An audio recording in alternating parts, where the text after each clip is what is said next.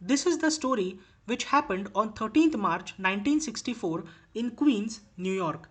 It is a very notorious and tragic incident which involved the brutal murder of a young woman named Kitty Genovese in New York City. Kitty Genovese, whose real name was Catherine, was a 28-year-old woman who was attacked and stabbed outside her apartment building on her way home from work late at night.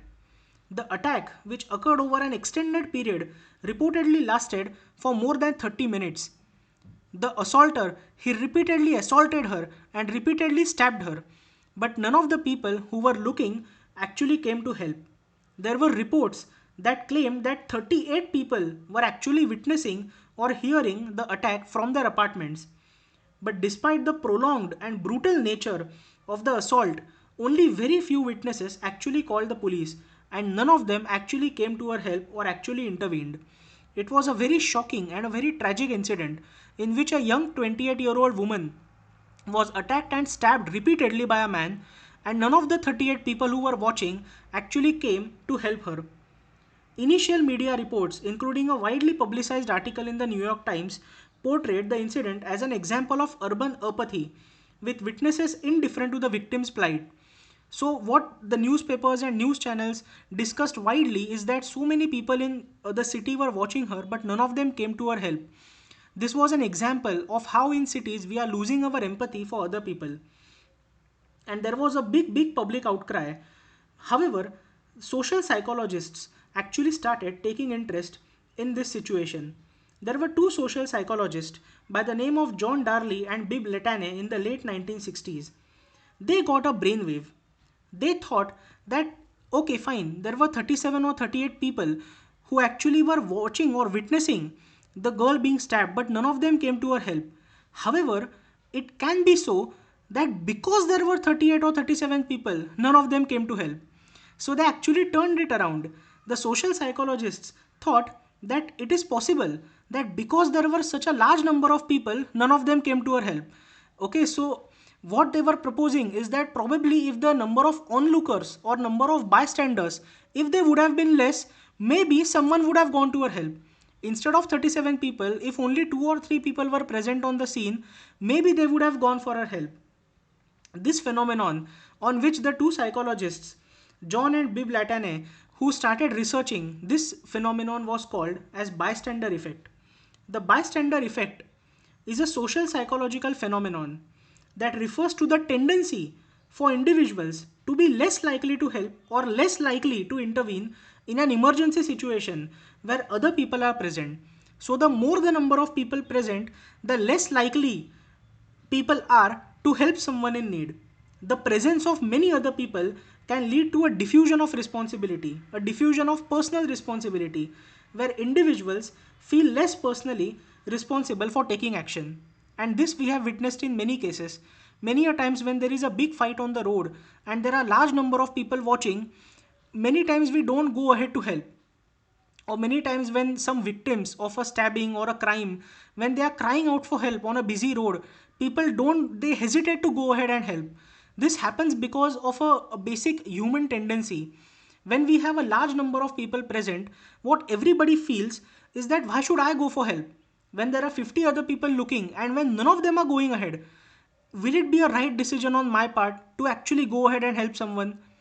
If the 49 other people are not going to help, is it right if I go? Why are they not going? This is a basic psychological phenomenon which stops us from actually going out and helping somebody. The researchers studied the response of individuals in simulated emergency situations, particularly focusing on the diffusion of responsibility. What are the factors influencing this bystander effect? The more the number of people present, the less likely or less probable any single individual is to take any action. Also, the situation appears to be ambiguous. Uncertainty about whether help is needed can actually increase the bystander effect. Or observing other people not doing anything, their inaction may lead individuals to conform to the perceived norm of non intervention. There is a belief that responsibility is shared among everybody, which leads to a reduced sense of personal responsibility. Individuals assume that somebody else in the group will take action, and it diminishes their own sense of obligation. People look to others for cues on how to behave. So we actually conform to the group. We have a group pressure. When we see other people behaving, we want to behave in the same way. So if other people are calm or unresponsive, we as individuals may interpret this as a signal that no help is needed. And because we interpret that and do not act, it is basically at the individual level, it impacts the group level, and group level is again impacting the individual level. The lack of visible distress in other people can lead to a collective misinterpretation of the situation. This is basically called as the bystander effect. In the bystander effect, we see that whenever anybody is in trouble or in any kind of emergency, we don't really go ahead quickly and help that other person. If more number of people are watching, so if somebody falls down or somebody has an accident, and if there are just one or two people watching, they are more likely to go ahead and help. But if there are many people watching, hundreds of people watching, people are less likely to actually go and help. This is a very, very interesting phenomenon. There are many real life, various day to day situations where individuals might actually hesitate to intervene due to the presence of others. Like in the case of public disturbance, if anybody is causing a disturbance in a public space, bystanders may be less likely to intervene, assuming that somebody else will handle the situation. Many a times it happens during bullying in school or colleges or in the workplace. If somebody is bullying another person and if more number of people are watching, we are less likely to go ahead and help. This also happened very unfortunately during the Nirbhaya case of Delhi in 2012, when the girl who was a victim of sexual assault was crying out for help for many hours, but nobody on the busy road actually went ahead and helped her. It also happens in the cases of accidents or injuries. After witnessing some accident or somebody getting injured, bystanders might hesitate to offer help, assuming that others will take care of the situation.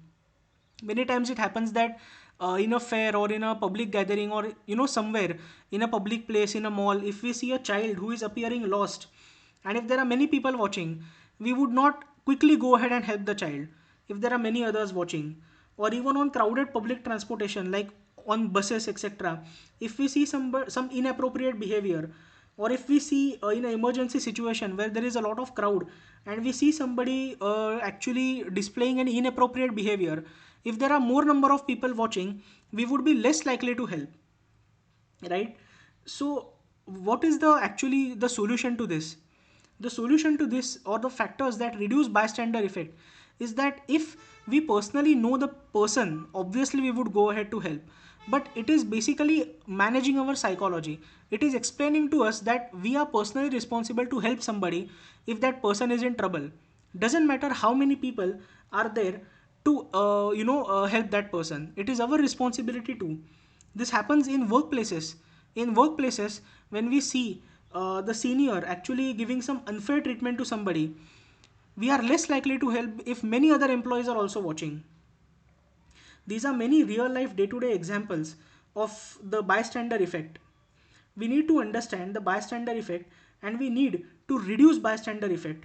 We need to be aware and have knowledge of the bystander effect to take action. We need to promote social norms of helping in emergency situations that can counteract the bystander effect. We need to have training programs regarding the same. If we can do that, and if we can design good laws and create a good society, we can actually reduce the bystander effect. The bystander effect has also been seen, apart from Kitty Genove's case, in many other real life cases, like the Jan Doe case of Richmond High School. On October 24, 2009, a female student in Richmond High School was gang raped and beaten by a group of boys. After they invited her to a dark courtyard outside the school's homecoming dance, it was reported that she was treated politely, but after that they assaulted her. And 20 people were witnessing the incident, and many of them were actually cheering and videotaping it, and nobody went ahead to help. The similar case was of Raymond Zack, when a 53-year-old Raymond Zack of California walked into the waters of Robert Crown Memorial Beach and stood neck deep in water for roughly 150 yards offshore for almost 1 hour, but nobody went ahead and helped him. There have been many such cases in the world. This is a very interesting psychological phenomenon which says that the more number of people who are willing to help, the less likely someone is actually less likely somebody to actually go and help. But we have to work on this, and create a society where we can understand and reduce the bystander effect for us to help somebody who is actually in a crisis. Thank you so much for listening.